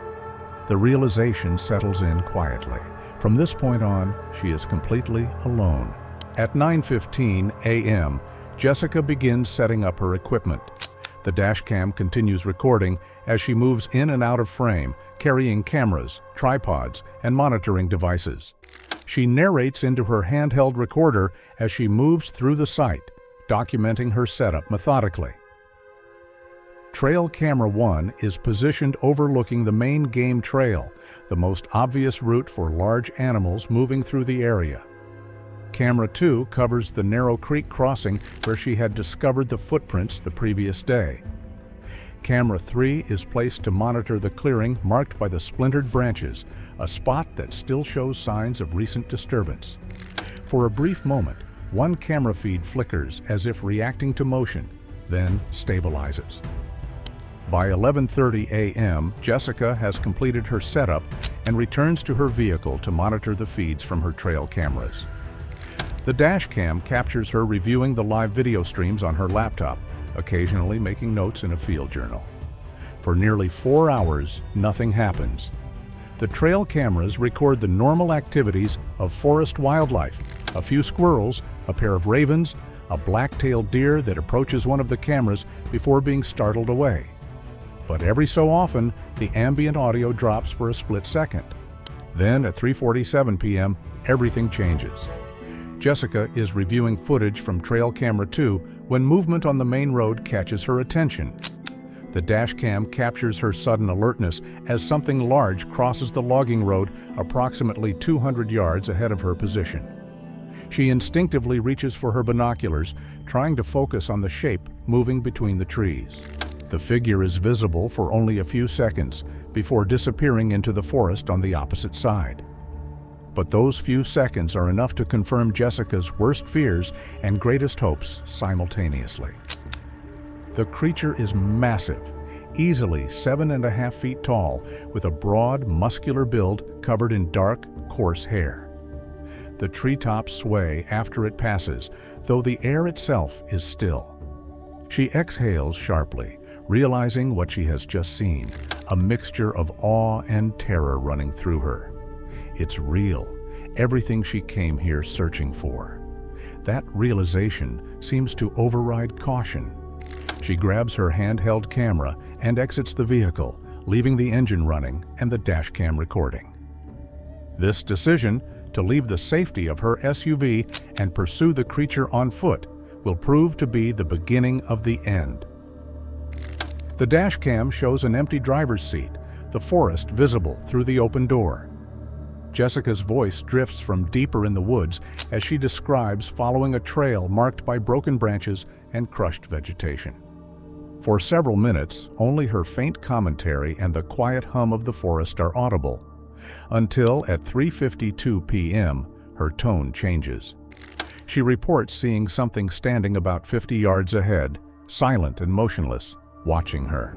Her voice lowers, trembling, as she estimates its height at nearly 8 feet, shoulders impossibly wide, arms hanging long past the waist. Then a new sound enters the audio feed, a deep, guttural vocalization unlike any known wildlife call. These sounds were later found to be consistent with communication between multiple large primates, possibly coordinating some kind of group activity. If true, how long had they been there? Listening? Waiting? Learning? At 3:57 p.m., the situation collapses. A roar erupts, powerful enough to distort the dashcam's audio. Jessica's scream follows, then the chaotic sounds of pursuit, crashing brush, pounding footsteps. Moments later, the camera captures her sprinting from the trees, terrified, pursued by a massive dark shape. She throws herself into the SUV, slams the door, and starts the engine. Through the rear window, the creature is briefly visible, tall, broad, and unmistakably hostile. At 4:01 p.m., Jessica drives at reckless speed down the logging road, the dashcam shaking violently with each bump. Her voice is tight and breathless as she describes something large keeping pace in the tree line. Something hits the side mirror. It snaps back, but she doesn't stop. Was that a branch or something else? Later commentary by wildlife biologist Dr. James Thornton identified parallels with earlier wilderness disappearances, suggesting an escalation from defensive to predatory behavior. These creatures, he warned, were not merely protecting territory, they were hunting. Then, at 4:04 p.m., the front tire strikes a sharp rock. The blow causes the SUV to swerve violently as air hisses from the puncture. She fights to maintain control, but the deflating tire drags her toward the ditch. By 4:07 p.m., the vehicle is barely drivable. The creature moves closer now, visible in short bursts as it shadows her from the woods. When the tire finally gives out, Jessica stops on a narrow shoulder. Her satellite phone shows no signal. At 4:09 p.m., she decides to abandon the vehicle. She packs essential gear, secures the memory cards, and leaves toward the main road. The dashcam records her calm but strained voice explaining her plan before she disappears down the logging road. Her last words, directed at the camera, is a farewell to her family.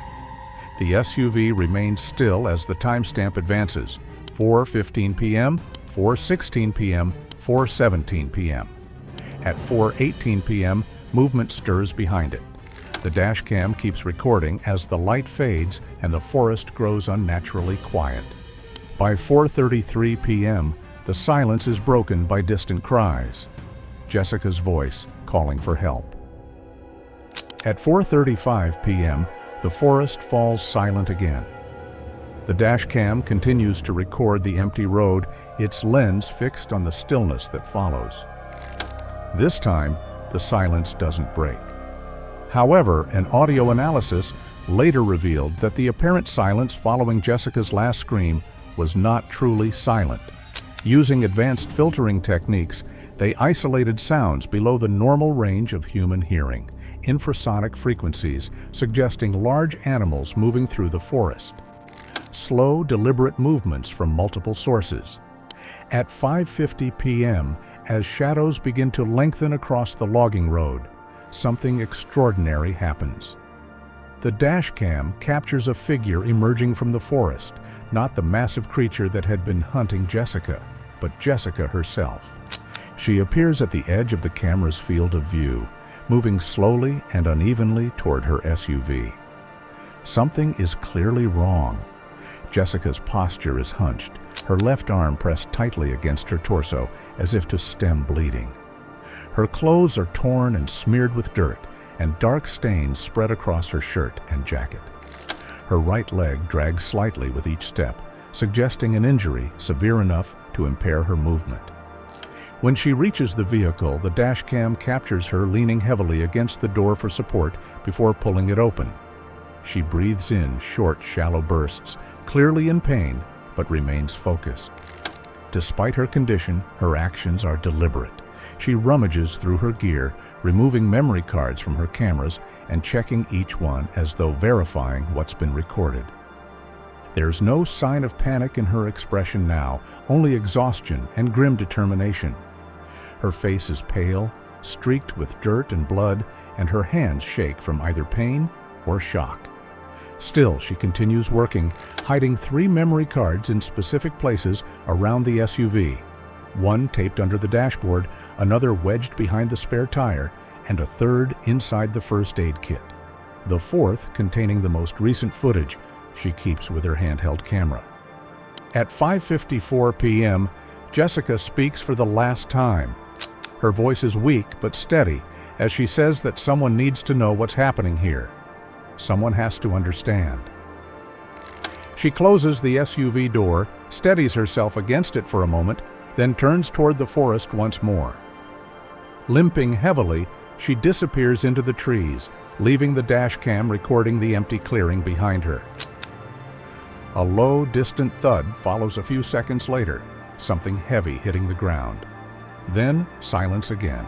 Afterward, Jessica closes the SUV door and turns toward the trees.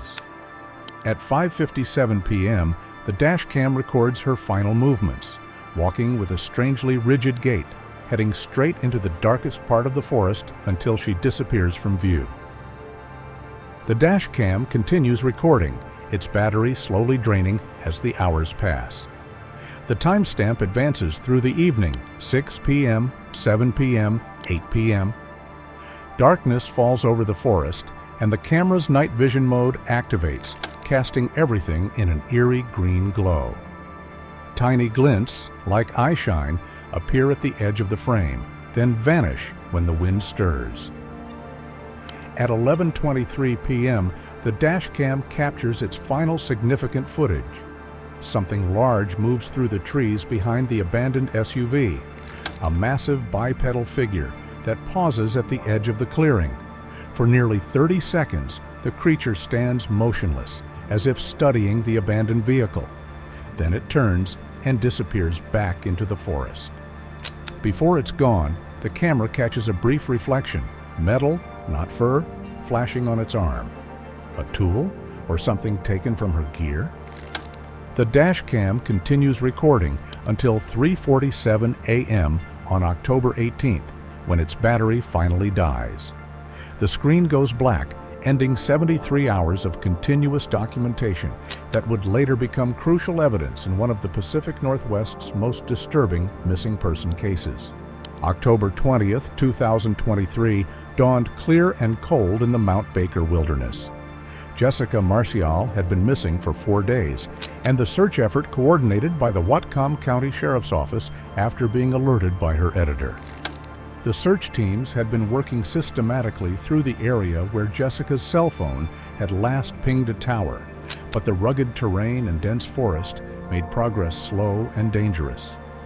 It was volunteer searcher Mike Rodriguez, a local hunting guide familiar with the logging roads, who finally located Jessica's abandoned SUV.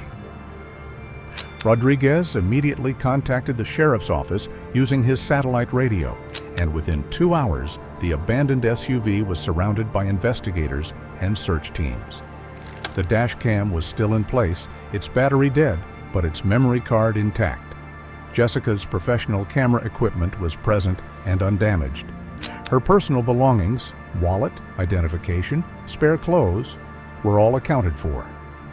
They also found 3 memory cards containing additional footage and photographs. The contents of these memory cards would provide the most disturbing evidence yet of what Jessica encountered in the Mount Baker wilderness. The 3 cards recovered from her SUV contained 14 hours of footage and nearly 800 photographs, all of which were immediately secured for analysis. Dr. Patricia Hendricks, a cryptozoologist at the University of Washington, concluded that Jessica had documented multiple unknown primate-like creatures, highly intelligent, social, and coordinated. Footage showed at least 3 individuals, the largest around 8.5 feet tall, communicating through gestures and organized vocal patterns. Their movements suggested deliberate hunting strategy and environmental manipulation far beyond known primate behavior. When the footage was leaked to several online archives in early 2024, reaction was swift and polarized. Cryptid researchers hailed it as the most significant evidence of non-human primates in North America. Others, including prominent wildlife biologists and visual effects analysts, accused the leak of being part of a viral campaign, though no production company has ever claimed responsibility. Critics from a film review board noted the rawness of the footage, unsteady framing, ambient noise, no apparent cuts, and questioned how a hoax could sustain such realism without post-production. A forensic imaging report found no signs of digital manipulation, though it stopped short of confirming authenticity. For 6 days, the search teams immediately expanded their efforts, using Jessica's SUV as a base of operations. Search dogs were brought in to try to track her scent, but the results were confusing and contradictory. The handlers exchanged uneasy looks. How could one scent split 3 ways? The dogs picked up Jessica's scent leading away from the vehicle in multiple directions, but the trails didn't make sense. They would start strong, then fade completely, then reappear hundreds of yards away with no connecting path.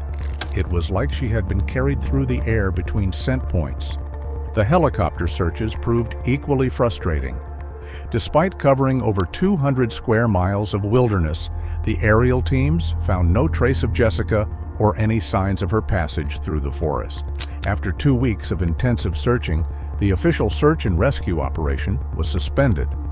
However, federal teams still continue covert operations, searching for the concealed settlement seen in Jessica's footage. No official statement has been made, but at night, hikers along the mountain's edge still report the same low-frequency hum captured on her final recording. Thanks for watching. Want to watch more? Click on your screen now.